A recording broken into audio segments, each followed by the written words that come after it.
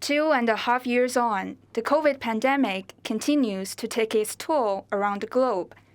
Mask wearing has long become a daily necessity to prevent the spread of the deadly virus.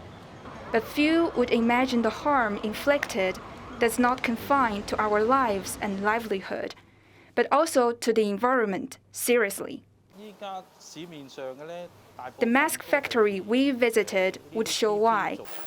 Yes, a mask works to reduce the risks of getting us infected, but the downside is the mask we make consists of 4 layers. It works to prevent droplets from getting through and to filter out bacteria and particles. All these woven plastic fibers contain microplastics. It is estimated 129 billion masks were used in 2020. More than 1.5 billion of it would have entered the planet's ocean. A research was performed by Dr. He and his team on this issue. The findings are alarming. These microplastics released from the surgical mask will inevitably enter the food chain, which means it's into organism and finally through the seafood into human body. But how long will these microplastics degrade? Plastics are very resistant to environmental degradation. I would say more than a decade. But the improper disposal of used masks is not the only culprit to pollute the environment.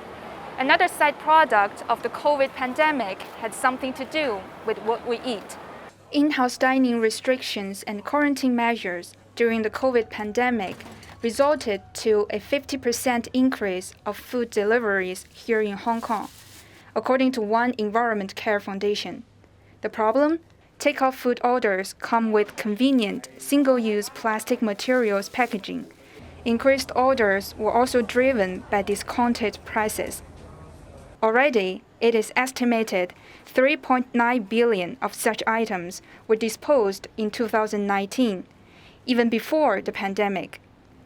The fifth wave of the COVID of late compounded the problem further.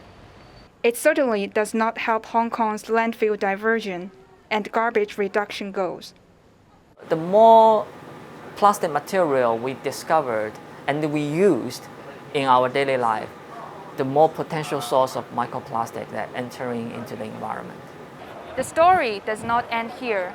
The item used to protect us from the COVID virus, like gloves and face shields, are made with plastic materials. The list goes on. The global fight against the pandemic is not over. It seems another battle, that is, to safeguard our environment and ecosystem, has already begun. Zhang Wen, MA in Global Communication, the Chinese University of Hong Kong.